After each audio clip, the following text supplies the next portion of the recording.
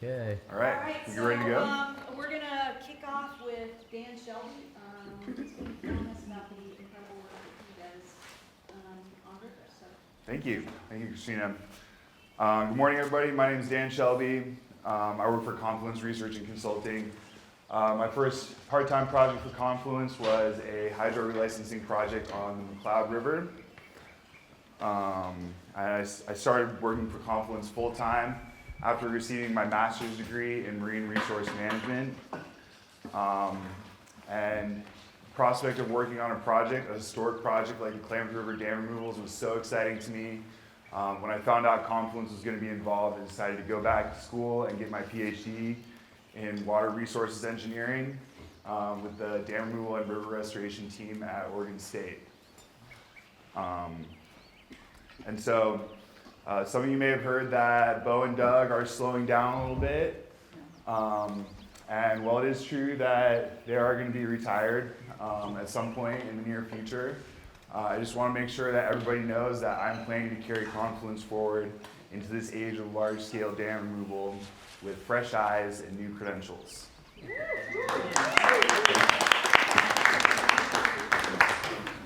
And you'll have to forgive me for not being off my notes. I had my oral preliminary exam on Thursday, so I didn't have, and I passed, so PhD candidate Dan Shelby. Okay, so first I'm going to cover Confluence's involvement in the Klamath River, and then I'm going to spend some time talking about PhD thesis topics. We're going to cover a lot of ground, so it may seem like we're moving quickly at times. If you have a quick question or something quick that you want to contribute, feel free to raise your hand and I'll call on you. Otherwise, I'm going to also stop and ask for questions after each topic. So if you have something more involved or more of a general comment, if you could please hold it for the section break, that would be great.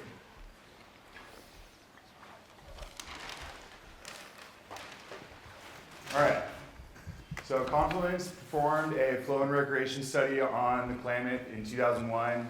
That was part of the relicensing effort that eventually led to dam removal. We assessed boating, fishing, and general recreation conditions on the upper Klamath River and also on the lower section. So, oh boy. This is a big part of what we do here. We do at Confluence is we make these flow evaluation curves. So I know these might be hard to see for some people, but basically you have the flow along the bottom here, and this is the flow rating. And this line in the middle here is called the marginal line. So generally you have acceptable boating on the top side of the line and unacceptable boating on the lower side of the line. So here, this is an evaluation, flow evaluation for fishing here, and then this is a flow evaluation for general recreation here. So one of our principles is that all users require flows that cover the bottom of the channel, and that makes acceptable conditions for fishing, or any kind of acceptable conditions for fishing, boating, or general recreation. And so for general recreation can happen across a wide range of flows. Basically, you can have general recreation up to the point where the river becomes a torrent with no eddies. Otherwise, that's fine for wading and picnicking and swimming. Fishers generally prefer a lower range of flows here, so that it's easier for them to find fish and wade across the river and things like that. So here, this is a flow evaluation curve for Hell's Corner. And so we're crossing the marginal line for kayaks at about 600 CFS and for rafts at about 800 CFS. And so then this is for Boyle bypass. And kind of again, we're crossing the line kind of right in this area or just below 1,000 CFS. And so I want you all to pay attention to this steep part of the line because this is right in the area we're going to be for post-summer flows on the Klamath. So is the flow scale the same on all of those? Yeah, these ones are all the same. This one is a little bit different. And so yeah, the reason why the reason why this one is different and why there's more lines on these ones.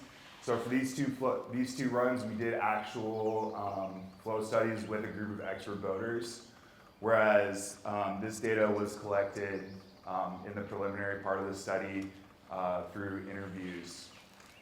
What's the scale range? We have 5,000 CFS on the far right side and 0 CFS here. And so yeah, this is what the pattern of flow evaluation curves often looks like.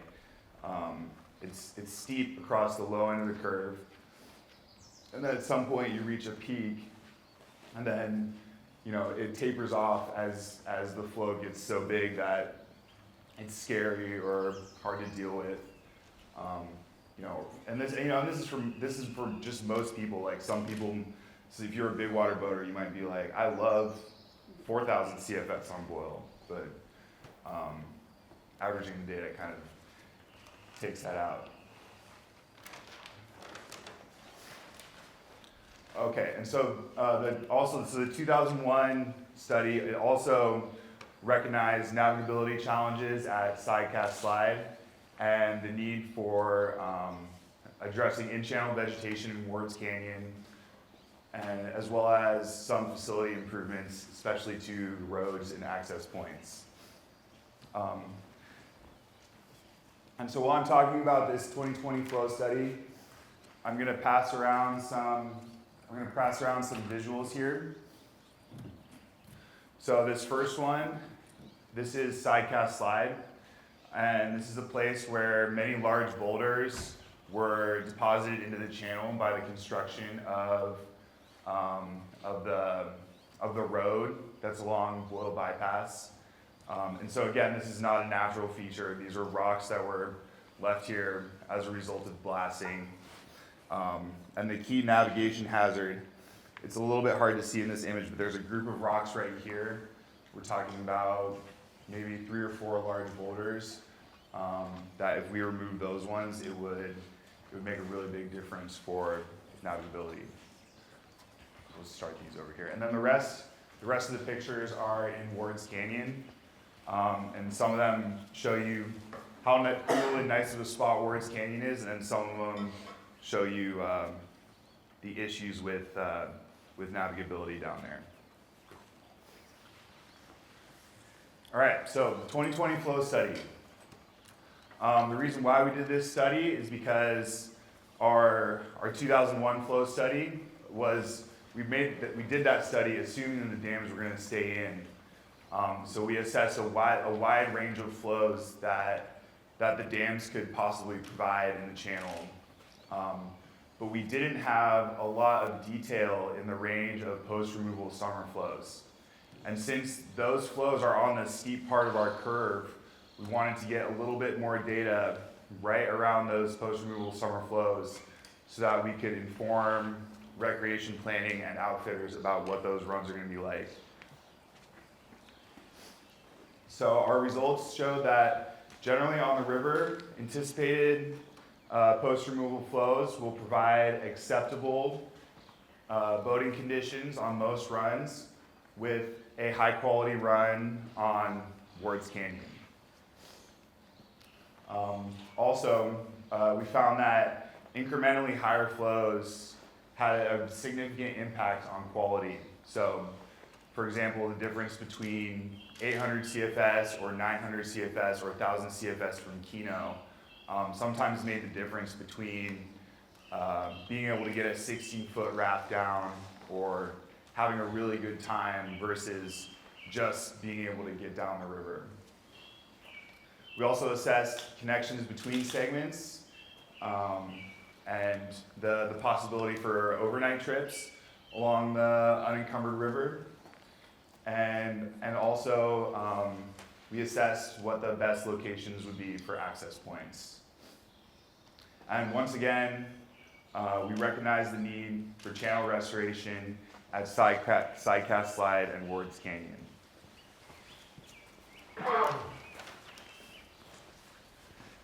So here are results from the 2020 flow study.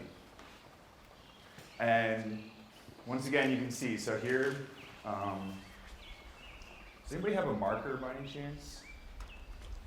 I do, You got one? Excellent. not on, but. Sorry about that. Well, I'll keep going for now. So again, we expect post-removal summer flows to be about 800 CFS from Keno. Although again, it's kind of an open question because the BOR hasn't let us know how they're going to operate the 2 remaining dams going forward. But this is our best guess because this is how the dams have been operated now. So for Keno run, Keno is a class 3 run. Thank you. And we evaluated Keno at 800 CFS, and kayaks found acceptable conditions on Keno. It does get a little bit low and a little bit bony in there at 800 CFS, but there's still some fun, punchy hydraulics, and so that was an acceptable run for smaller boats. So Big Bend, we ran Big Bend at 900 CFS. And again, that provided acceptable conditions for kayaks. But rafts, especially the commercial raft guides, felt like it was a little bit too bony to be taking big rafts down, especially big rafts that had passengers in them. Hell's Corner, we were planning to run Big Bend also at 800 CFS, but after running it at 900 CFS, we decided nobody needed to see it at a lower flow. Okay, so at Hell's Corner, we ran at 900 CFS and 800 CFS. And so you can see for Hell's Corner, it provided acceptable conditions for rafting and good conditions for kayaking. It's definitely not the same fun, big, punchy hydraulics that you get at the 1 turbine flow. But especially if you're in a smaller raft, if you're running an R2 or even a 14-foot raft, it can definitely be a good time. Or even some of the people who had 16-foot boats, they felt like if you got good at learning the lines, you might be able to get down it more easily. And definitely the kayakers still had a really good time on this flow, although it was more technical, more rock dodging, more hole dodging compared to just the big splashy hydraulics. What's the flow at 1 turbine? It's 1700 CFS. Yeah, so that's what, I don't know if you were out on the river with us on Friday, but that was the flow that we saw on Friday. Yeah, so here, let me show you. So here on our 2001 study, 1700 CFS is right here. And so you can see that's providing very high quality conditions for rafts and kayaks. Although all those boaters all preferred a 2 turbine flow, which is in this range. And then for the most part, they felt like anything more than 2 turbines had diminished quality. All right, and Ward's Canyon, we were planning to run it at 900 CFS and 1000 CFS. And you can see that's providing very high quality conditions for both rafts and kayaks. Boaters found that they were able to get even 16-foot rafts down. There were big splashy hydraulics, lots of cool bedrock features, as you'll see when the pictures get around. And feel free to pass those around one at a time if you want to just look at one and then pass it to the person next to you. I don't know. However you guys want to do that's fine. But then but 900 CFS was so good, we decided instead of running 1000 CFS, we knew 1000 CFS was going to be better. So we decided to run 800 CFS to see if that still provided for navigability and high quality experiences. Which it did. 800 CFS was not quite as good as 900 CFS, but there were a few more places where the rafts got stuck or ran into rocks, but we were still able to get 16-foot rafts down. Still plenty plenty of big splashy hydraulics. So our conclusion from the 2020 flow study was that there will be no replacement for Hell's Corner on the post-dam Klamath. So we are truly losing a spectacular summer boating run with this dam removal. At the same time, we're getting a new opportunity on Ward's Canyon, which is very scenic, very fun, class 4 boating, but it is very short. Ward's Canyon is only 3 miles long. There is a chance that there might be, there will certainly be good whitewater up to the Copco 1 dam site. Whether that good whitewater extends up from the Copco 1 dam site into Copco Reservoir remains to be seen. There's probably about 30 feet of reservoir sediment on top of everything, and so we don't really know what the channel is going to be like under there. There's also a basalt constriction that is 1.5 miles below the end of Ward's Canyon. So immediately below Ward's Canyon, we expect to be class 2, although there's a strong chance that there will be one more class 3 or class 4 rapid created by the constriction in Iron Gate.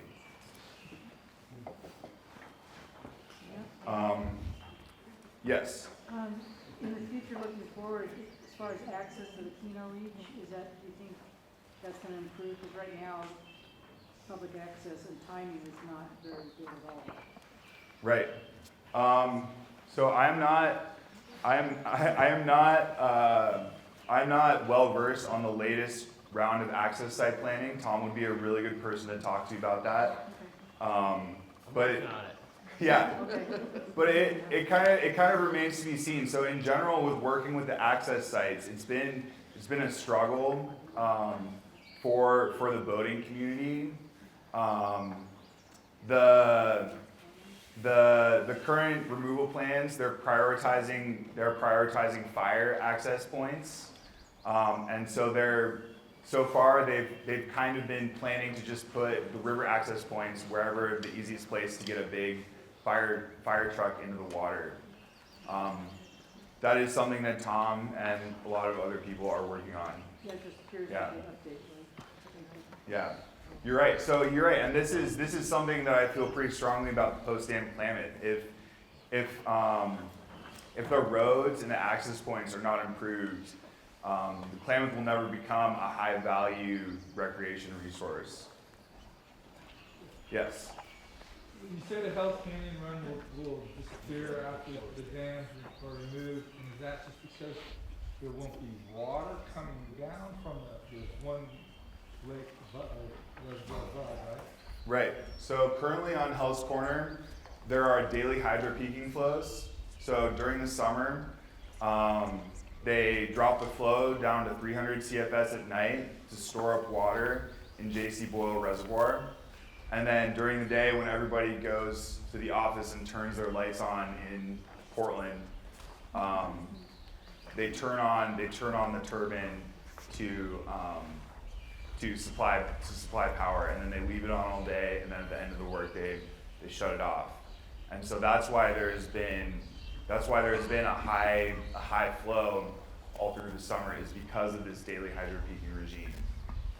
And so these flows that we're looking at, these are the same flows that come from Keno and Link Dam during the summer already. But at J.C. Boyle, they take that more consistent flow from Keno Dam, and they save it up during the night, and then they let it go during the day for power generation. So then from the Keno Dam, you may have that 800 in the summer. Right. So the run doesn't really disappear, it's just not 1700, it's 800. Exactly. And Is that more or less what we're looking at? yeah, that's basically it. But I mean, the point is that this 800 and 900 CFS flow is a much lower quality flow than this 1700 CFS flow. And so, and I think that a lot of private boaters will still utilize this flow next to it. Access. Here we go. Anybody else? Toilets. Toilets. Yep. So yeah, I have here, oh yeah, and that's down here too. Well-placed access sites with parking, bathrooms, and concrete boat ramps. What's that? He wants a good one. Do we have a little stair thing that we go out and, no, Okay. Anybody else? Information, like accurate information on websites. Ooh, yeah, that's a good idea. Information on websites. So what kind of information are you thinking? Everything that's not on the other websites. So just information about access, parking, camping, runs, flows, all that stuff. Great. Any regulation, Right. fire regulation. That's great. I Anybody guess else? camping, if there's camping. Camping. Yep. Got it. Oh. Okay, well I have new campgrounds down here. You're talking about camping information. But. Anybody else? like, drive-up put in or ramps? Yep. We don't carry Yep. them up? Concrete boat ramps, and you know, there's a little bit of work to be done in figuring out which sites need to be the most developed. I have here fully developed access sites above and below Ward's Canyon with multi-rated ramps, rigging areas, and separate areas for kayakers and non-boaters. So again, I think Ward's Canyon is going to be a key resource for the Klamath. So if you want people to use that site, you need to build a nice access point. Because that matters for private boaters. If private boaters are going somewhere and then the ramp is always filled up with commercial rigs, or commercial rigs are going there and there's this, you know, this crappy gravel ramp that has potholes in it, that's going to affect how people use the river after the dams come out. Yes? Playing a little bit devil's advocate, at least for the Oregon part, we're dealing with topography. And if you're standing in Spring Island, and yes, it'd be great to have a bigger parking lot, but where are you gonna go, you know? And Right. then, also, at one point they wanted to put in a, KRC was talking about putting in a paid parking lot, toilet, all this at Turtle Camp. Well, there's a, graveyard for the Native Americans there. So I mean, there's pretty much any place that's flat, you're dealing with archaeological sites. So I mean, it isn't just so simple that you're gonna go in and take people. So. Yeah, I'm completely with you on that. All right, I'm going to take two more. Post-dam removal, monitoring and study, so we continue to get information and public input on what their experience is, so then. That's great, monitoring. And that is a kind of a problem with, you know, how do we know if our restoration efforts have worked? And we're going to talk about this on the next page, but how do you know if our restoration efforts have worked from a recreation perspective? And unfortunately, for a lot of these places, we don't really have great baseline data. So even if we start collecting really good quality use data after the dams come out, we won't necessarily know if we've done a good job. You know, there are the voluntary voter registration passes at Spring Island, but the question is, how many people know that those exist? How many people actually use them? The outfitters certainly, it seems like, are using them, but private boaters, who knows? And there's nothing like that on any of the other segments. All right, so I'm gonna move on to my next page here. Oh, actually, okay. I'm gonna read the rest of the ones that we didn't talk about yet. So I have on here, further investigation of reservoir plain revegetation, remove dam-associated infrastructure, including penstocks, power lines, substations, concrete pads, and powerhouses. There's been some talk of leaving some of that stuff, and it could become dangerous if it's not maintained. It can attract graffiti, and it's an eyesore. Although I am in favor of retaining some infrastructure if it has high historic value and if it is accompanied with appropriate interpretation. So I think I have on here retain and repurpose Kafka 2 powerhouse, remove Link Dam or improve water quality improvements at Klamath Lake, remove hazardous in-channel veg in Ward's Canyon, and also channel restoration at dam sites and sites pass slide that provides passage and quality boating opportunities appropriate for the segment. Yeah. I think the local chair that's mentioned all the way through, but to say land back as the water receiver was mentioned yesterday, the land back. What was Land it? back in the headwaters up top, as the water recedes, it was mentioned yesterday at zone C or something.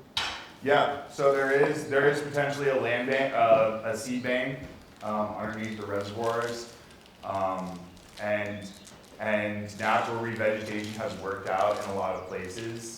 Although I've also seen some information that possibly the soil in the reservoirs is going to be difficult to work with, and so that's the only reason why I have that out there, because if for example, the reservoir plains fill in with cheatgrass as soon as drawdown happens, that's going to be really expensive to resolve.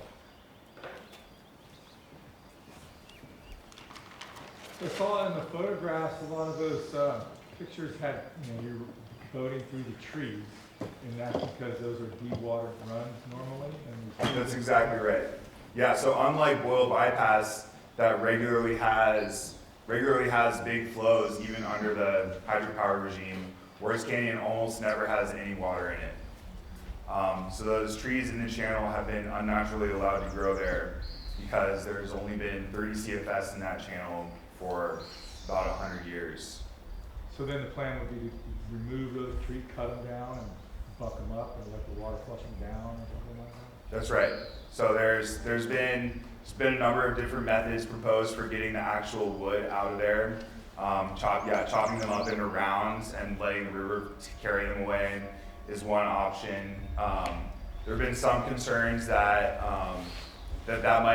the wood might not get out of there, and there might wind up being big piles of log rounds in some places. Another thing that's been talked about is helicopter longline operations. The thing that we can't do is we can't go down there with heavy machinery because there are sensitive cultural sites, not in the riparian zone and not in the channel in Wars Canyon, but on the upland banks there are lots of important cultural sites. So we can't get in there with any heavy machinery or drag logs out with cables or anything like that. So from the photographs, it looked like the riparian that was growing there in the dewatered reach was alders. You cut an alder down and it just resprouts and grows back up. Okay. Is the hypothesis that it'll be unsuitable for the future alders after you cut them down because of the new hydrology? So first I want to be very clear about something. This is not riparian vegetation. This is not the riparian zone that we're talking about. We're talking about trees in the actual channel. The riparian zone is along the edges of the stream, whereas these trees are literally growing up through the middle of the channel. Yeah. But then yes, you are correct. Once we chop those trees down, the alders that would come in and replace them, they won't be able to grow because they'll be completely flooded. Yeah, that's the hypothesis. So, yeah. They'll be under several feet of water, so they're not gonna sprout up.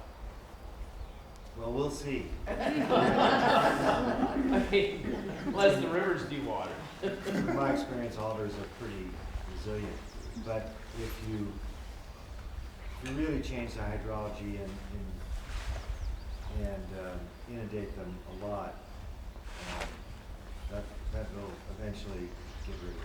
Yeah, I mean, it's a dry riverbed that's going to be full of water all the time. Yeah, and also for the record, we expect It's a dry riverbed with alders growing. And also, just if I can break in here, guys.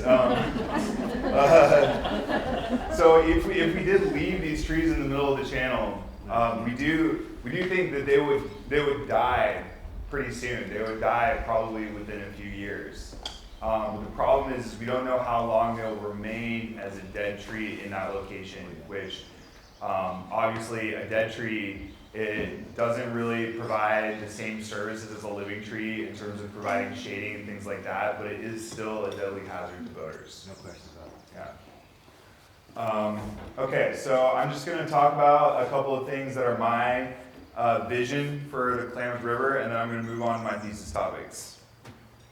So, access site locations prevent user-created trails. This is key for protecting cultural sites. Multi-use trail system facilitates day hikes and backpacking. Boaters and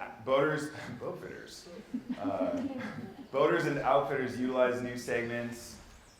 Fishers appreciate healthy fish populations. Flows provide high-quality whitewater year-round. Flows scour veg and build beaches for recreation habitat. Segment and site names reflect indigenous culture instead of the people who built the dams. This is something that Tom has worked closely with the tribal communities about, and I personally believe in this really strongly. It would be a really big bummer if some of these site names that are named after people who built the dams and in some cases inundated and displaced lots of native people. It would be really too bad if this awesome place had names that were after those people. I would love to see indigenous people taking part in tourism development. Any remaining dam infrastructure is aesthetic, and interpretation stimulates deeper thought about dam removal and cultural issues. And also interpretation along the river and highways tell the story of the Klamath Project and the people who lived there before the dams. I think this is really important too. As a historic dam removal project, it's really important that that anybody who's visiting this Klamath corridor, even if they're just driving through on a highway, that they have the opportunity to learn about the story of this project. Also, I would love to see the Klamath become the Grand Canyon of the West, with multi-day trips so popular that they necessitate a permit system to prevent resource impacts and alleviate camp competition. And I would love to see a new outfitting industry develop to supply and facilitate those trips. When you say the Klamath is the river of the West, you're talking about the entire Klamath, not just the reaches that are affected by the dam, but That's right. here. That's right. So after dam removal, the Klamath will become the longest wild and scenic river in the lower 48. There will be 286 miles of unencumbered river. I'm sorry, we haven't designated those reaches yet. But it's on my list. Get after it. It's part of the vision, Ron, it's part of the vision, yeah? Part of the vision, yeah. Okay, so regardless of, I appreciate you adding that. Regardless of wild and scenic status, it'll be one of the longest unencumbered rivers in the lower 48. And so there will be a 286-mile trip possible from Keno Dam all the way to the ocean. And that's going to be a really spectacular resource. And I would love the recreation planning on this river to facilitate those trips so that people can appreciate this awesome place. Okay, so I'm going to go really quickly through my first two thesis projects because I didn't want to spend some time on my last one. So my first one, with normalized stream power as a predictor of whitewater quality. Stream power is a measure of potential energy loss resulting from water flowing downstream. It's really easy to calculate. It only depends on the slope of the river and the volumetric flow. And then if you divide that by the channel width, then you get potential energy loss per unit of channel width, which is a metric that's really relevant to boaters and could potentially allow you to compare boating opportunities against streams of different sizes. Thank you, Lee. So width normalized stream power is already used to calibrate artificial whitewater courses. So when a course designer is planning the channel dimensions, they use width normalized stream power to calibrate whether they want it to be a beginner, intermediate, or Olympic level course. And one study in my literature review found strong correlations between reach scale assessments of width normalized stream power and expert assessments and crowdsourced surveys and guidebooks. So my plan is to perform a rapid scale analysis of width normalized stream power to see if it holds up at the rapid scale. And having a metric like this, having something to measure on the river that would tell us about something about how hard the whitewater is, that would help us develop more consistent whitewater ratings across different regions and across different ranges of flow. And the way that I'm planning to collect this data is using a consumer grade drone. I'm going to use a DJI Phantom 4, and I'm going to use structure from motion photogrammetry to make a 3D model of the river channel, and compare those measurements of the channel to flow to make with normalized stream power calculations. Thank you.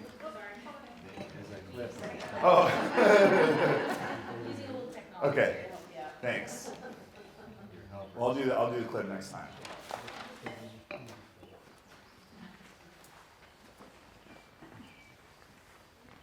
Okay. Oh, and so the original reason why I wanted to do this study was because I was trying to figure out a way to predict what the inundated reaches of the Klamath were going to be like. But I ultimately decided I couldn't do that because there's too much sediment in the way. There's no way for us to know what the channel is really going to be like. So American Whitewater has put together an analysis that's just based on slope. And I think that is a really good analysis, but I wasn't able to do something more deeply scientific, at least until all this sediment is out of the way. So I also have a project looking at non-construction costs of dam removal. So I'm going to rush through this one. These are existing cost models use only dam height and crest length, which means if you're just saying how much is going to cost to take this material out of here. But a lot of dam removals have a lot of other costs like pumping plants, restoration actions, bridges, improving wells, etc. And so my goal here is to look at those non-construction costs to explain some of the variability in the cost data.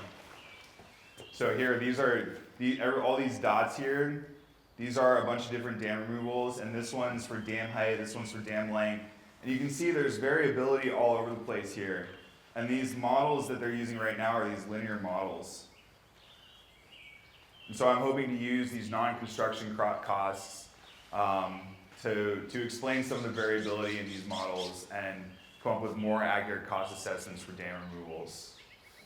Another problem with these models is, so you can't see, but this scale here, it only goes up to 35 feet. And again, so we don't have very many examples of large scale dam removals yet. So that's another problem with these models.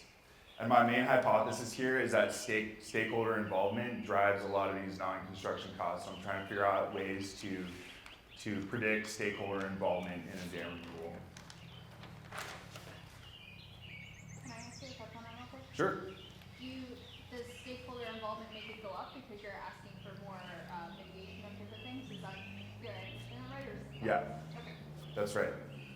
Yeah, generally, when stakeholders get involved with the project like dam removal, it's because they're going to lose some value as a result of the dam removal, and so it more or less costs money to alleviate that loss, and you might not be able to perfectly replace whatever it is they're losing, but you might be able to provide something else that they want. All right, so this is what I was hoping to spend most of my time on. It looks like I have a little more than 15 minutes left, but dam removal in the Wild West, risk management and title transfer in the Klamath project. So large-scale dam removals, like we've been saying, they're completely unprecedented. There's no established process or regulations around dam decommissioning. And so the goal of this project is to figure out what lessons can we learn from the Klamath that will make the next dam removal project go more smoothly.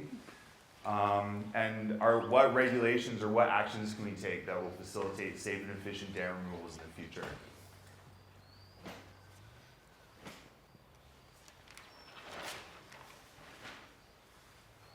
Okay, so I want to talk about the Elwha case study for a little bit. This is really the only other example of a large-scale dam removal we have. And I know there are a lot of things that were different about the LWA, but I'm just going to review it from a regulatory point of view, what happened, and then that'll help us kind of understand how we got to where we are in the Klamath. So these dams were unsafe and outdated. They only produce about 17 megawatts of power. And you can compare that to Grand Coulee Dam in the Columbia, which has over 7,000 megawatts, and another 300 megawatts of pumped power storage, or a single Columbia Gorge wind turbine produces 1.5 megawatts of power. So you could replace these dams with 10 wind turbines.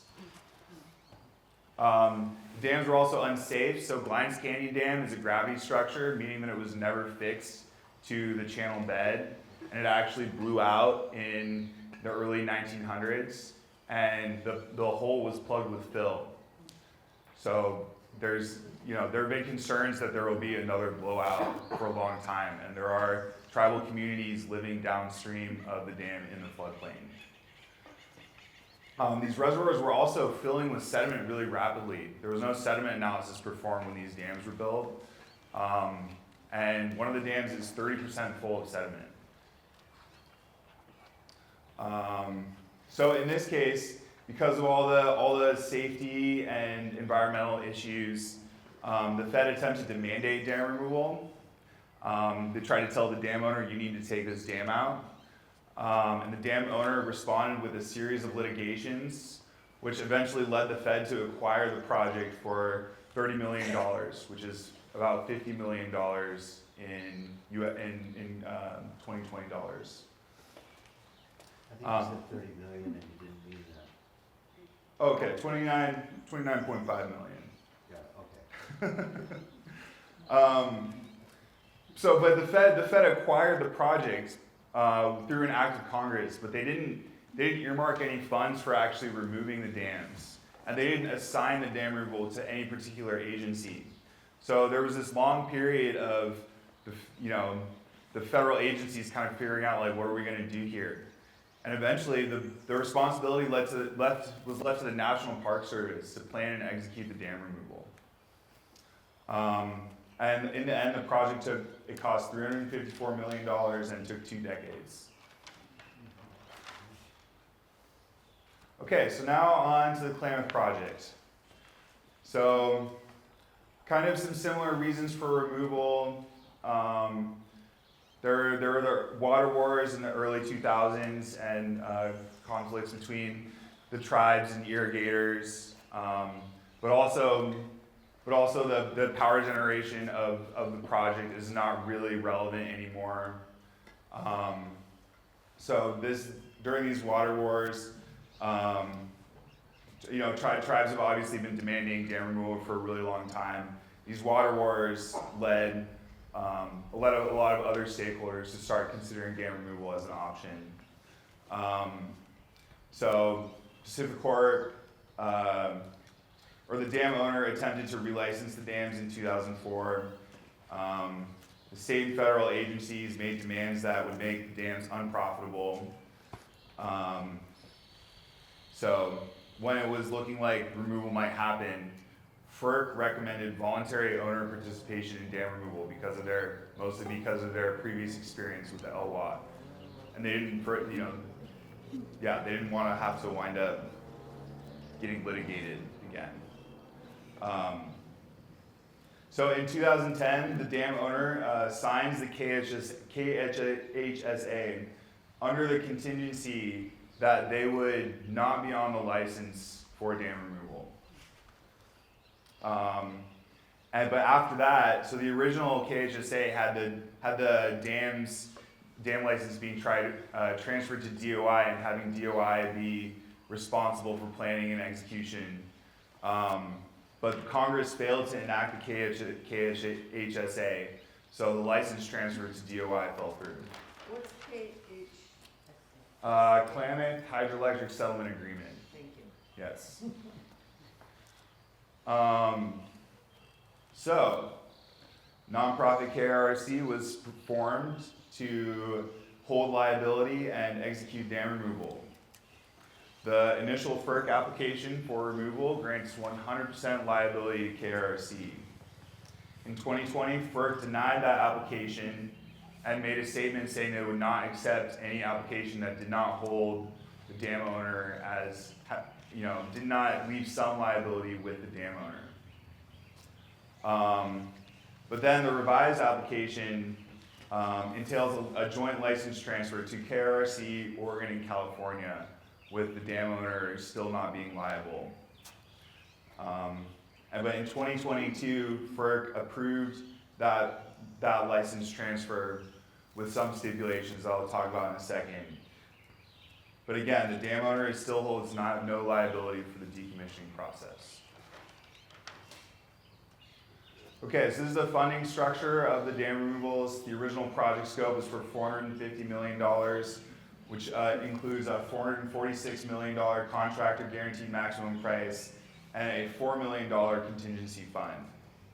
So that comes from $250 million in ratepayer surcharges, $16 million from California, and $184 million from Oregon, and $200 million from the California bond measure.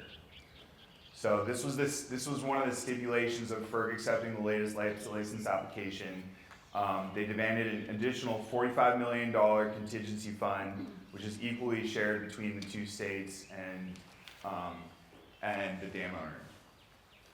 So the FERC did manage to get the dam owner in there for $15 million. Do you have a question over here?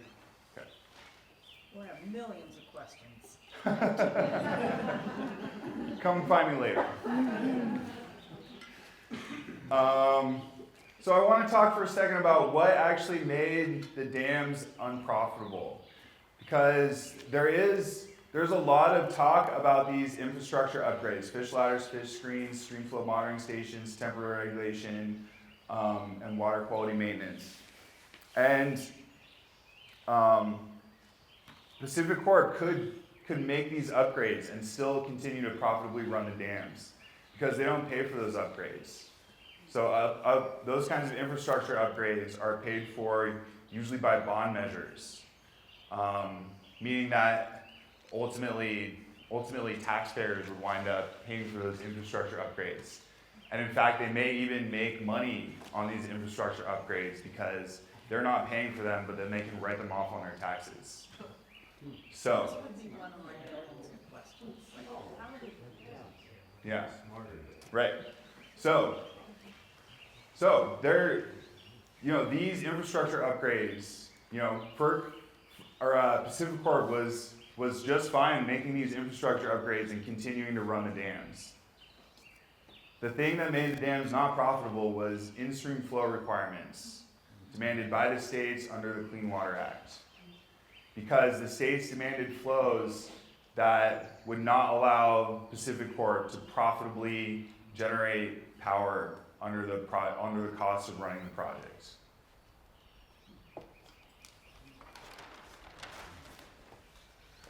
Okay, so you might also ask yourself, what does it mean for Pacific Corp to be liable for dam removal? So I have here some example contractor liabilities. And I was talking to Gwen last night, and it sounds like some of these things might be slightly different for the restoration activities. So here when I'm saying contractor liabilities, I'm talking about the construction contractors. So the construction contractor is liable for unexcused delays, any problems with availability of materials, failure to comply with plan, release of any known hazardous materials or the creation of any new hazardous materials, or any scope changes that the contractor requests. And so all these things are covered under the contractor's insurance program. So here are some examples of the licensee liabilities which are shared between KRC and the states. Any delays caused by unknown circumstances, like for example a giant flood or a really bad drought year.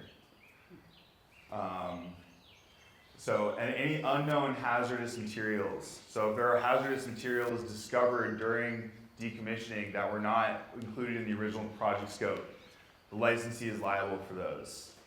Any inaccuracy of information in the project scope, if any inaccurate information is provided to the contractor, KRRC is liable for that, or the licensee. Any additional restoration, okay, so this is actually not true. Where's Glenn? Right here. That's you guys. That's that. Yeah, that's Res. So Res is actually liable for additional restoration needs, which I just learned last night. But they're the representative of the licensee. Yeah. So they're, Well, you could say it's kind of interesting because you could say that the construction contractor is also a representative of the licensee. So it's really interesting to me that the liability is being handled in two different ways for the construction contractors and for the restoration contractors, especially since there are many more unknowns in the restoration work. You know, whereas the construction guys, the engineers, pretty much know what it's going to take, and they feel pretty confident that they know what they need to do to get the dams out. Whereas this additional restoration is a big question mark. Finally, failure to meet project goals resulting in litigation.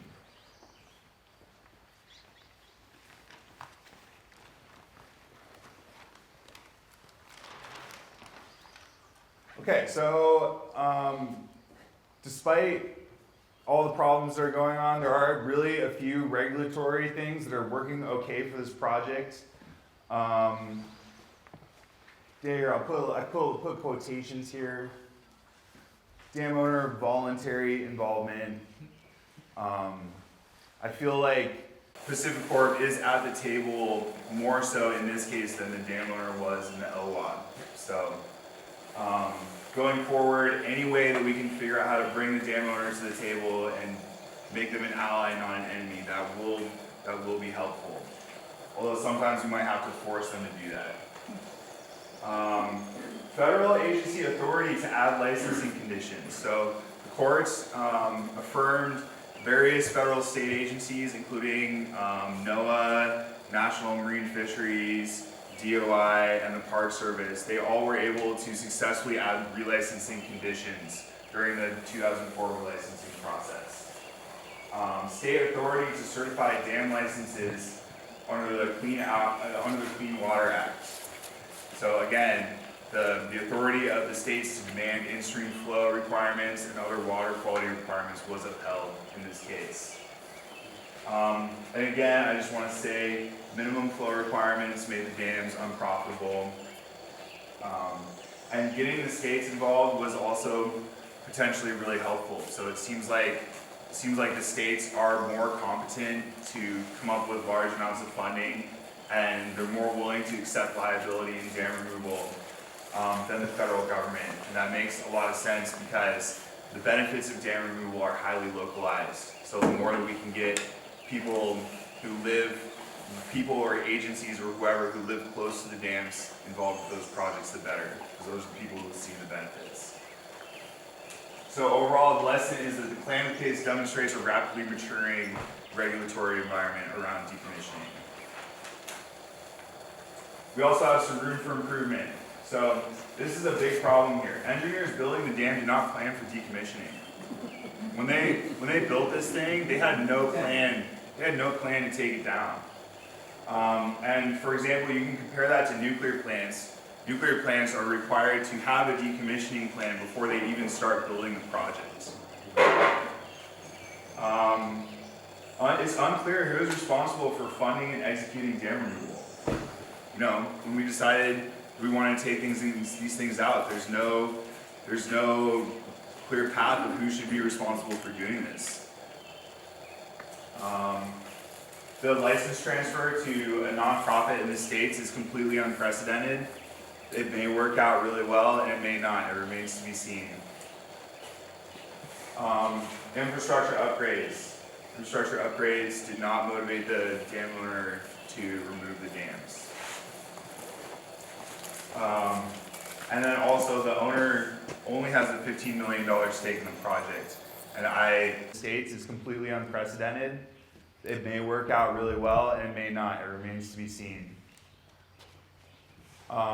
Infrastructure upgrades. Infrastructure upgrades did not motivate the dam owner to remove the dams. And then also the owner only has a $15 million stake in the project. And I wonder if that will be enough to buy their full cooperation. You know, I think about, when I'm laying in bed at night, I think about, is there something they know that they're not telling us that's going to be really expensive? You know what I mean?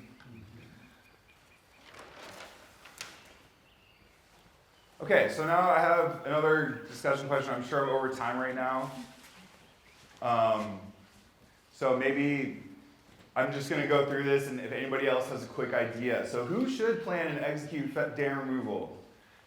Should it be federal agencies? If it is the Fed, which agency? BOR, DOI, NPS, FERC? Some other agency? Should it be the states? Should it be a nonprofit? Should it be the tribes? Should it be a publicly traded entity? So I have this on here because in nuclear plant decommissioning, they're allowed to transfer their license to a publicly traded entity that specializes in decommissioning nuclear plants. So something like this, once we get a few of these under our belts, you know, if we set up our regulations right, then we could develop an industry around dam removal and have companies, publicly traded for-profit companies that specialize in dam removal. Or should it be the project owner, or should it be somebody else?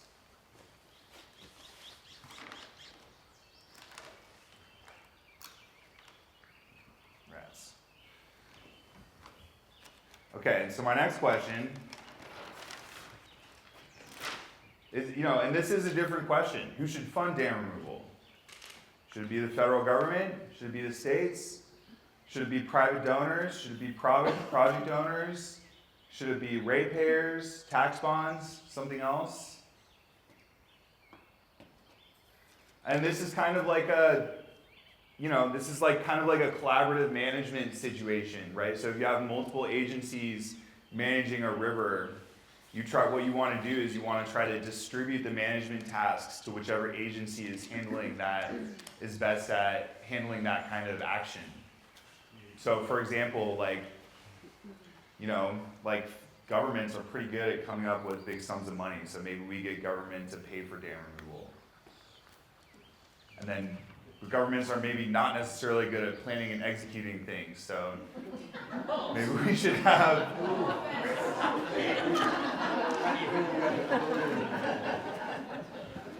Oh, okay, I'll put NASA up there. NASA should plan and execute dam removal. Okay, so and then finally, I want to get everybody to think about what actions or regulations would facilitate safe and efficient dam removals going forward. Should we require dam owners to maintain a decommissioning plan? A lot of other energy decommissioning industries, they require the owner to maintain a decommissioning fund for the whole life of their project. And so that's all nuclear plants in the US. And a lot of oil and gas infrastructure, depending on the region, a lot of oil and gas infrastructure is required to maintain a decommissioning fund as well. Should we identify a responsible entity? Should we give the government the authority to mandate dam removal?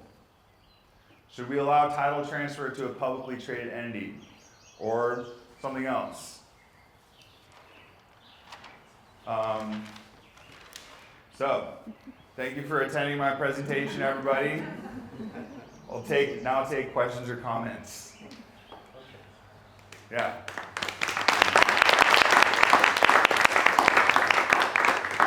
You go back to the funding page. Yes. You don't have to, but I mean, you talk about the numbers. 450 million, is that what I saw?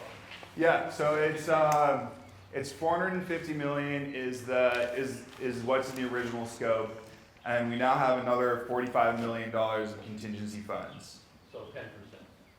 Yeah. Okay. And so that may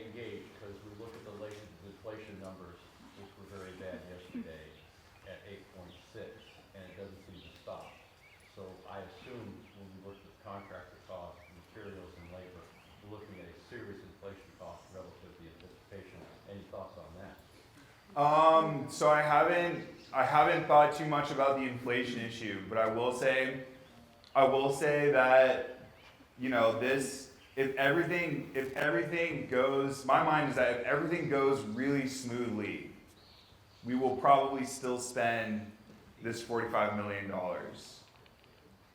So, but if more than one thing goes wrong, or if there's more than one unanticipated thing that needs to be fixed after drawdown, there's probably going to be costs that are beyond what I have on this page.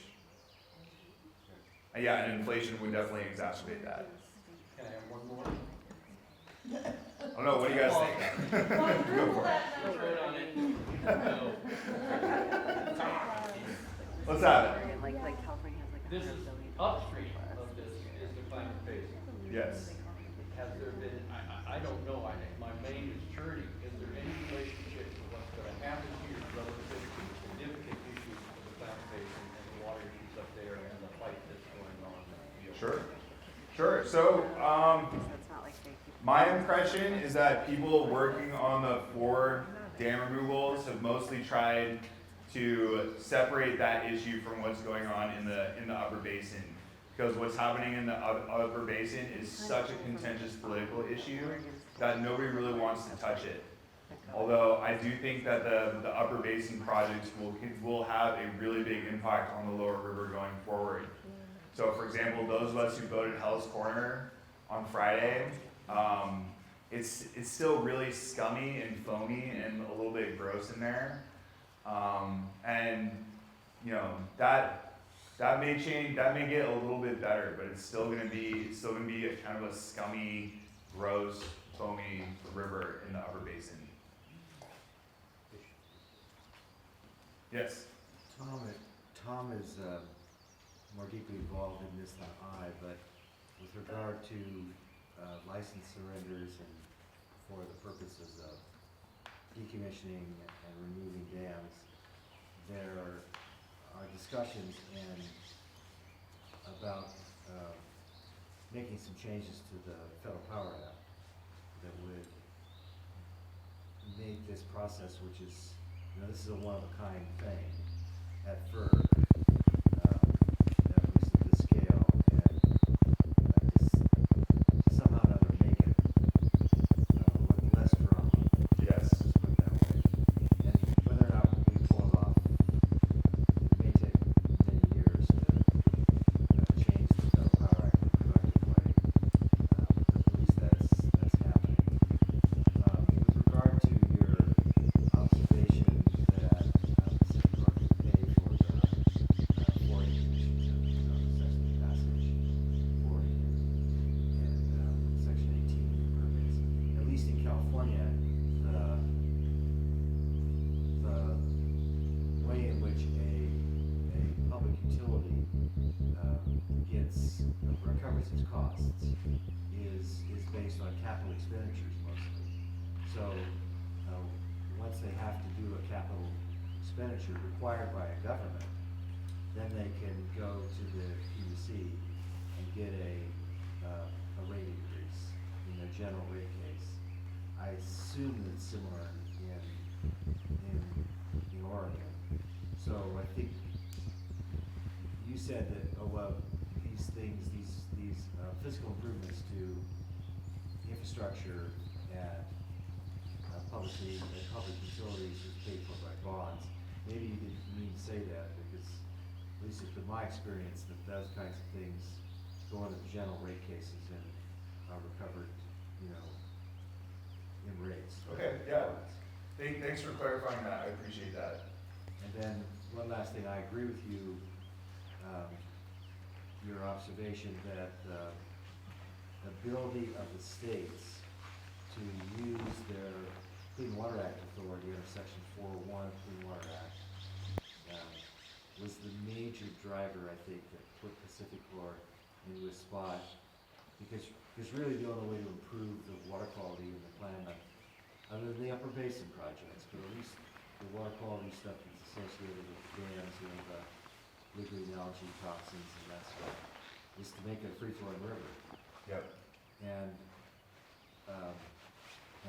both Oregon and California water quality agencies were prepared to insist on that.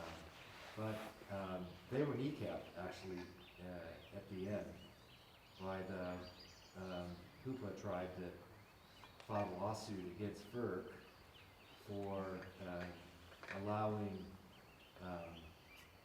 essentially a tolling of the 1-year Clean Water Act requirement to get water quality certification out. And at the very end of the process, essentially, the DC Circuit waived the water quality certification requirements.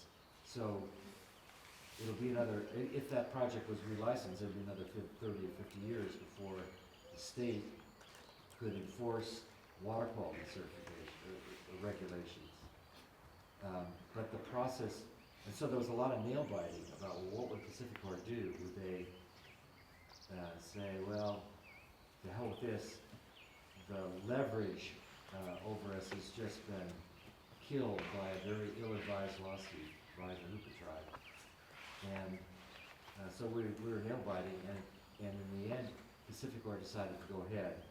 I think largely because they made commitments to everybody that they were going to support dam removal. But if that decision had been made earlier, the leverage that we have with PacifiCorp would have evaporated. PacifiCorp would have just said, let's go ahead and relicense the projects. We like the dams the way they are. So there's been a lot of nail biting, and of course, you know, your presentation was extensive, delightfully extensive, but you know, we could spend days. Yeah, and I would love to get your contact information because I would have loved to have somebody like you read my thesis paper, make sure I get all the details right.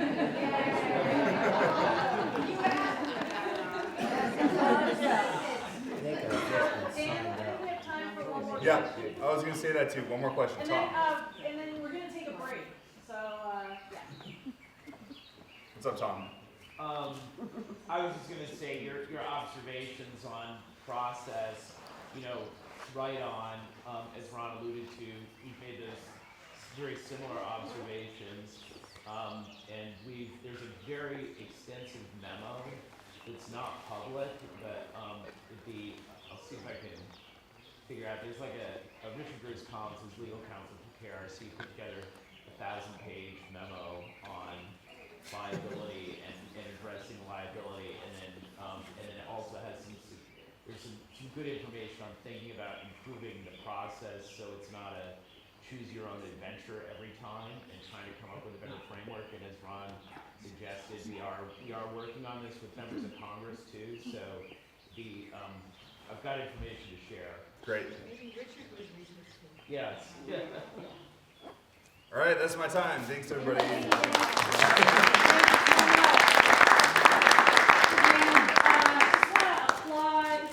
Dan also for his ingenuity and taking PowerPoint and putting it on giant Post-it notes. Shout out to my wife for making my flip chart for me. Yeah.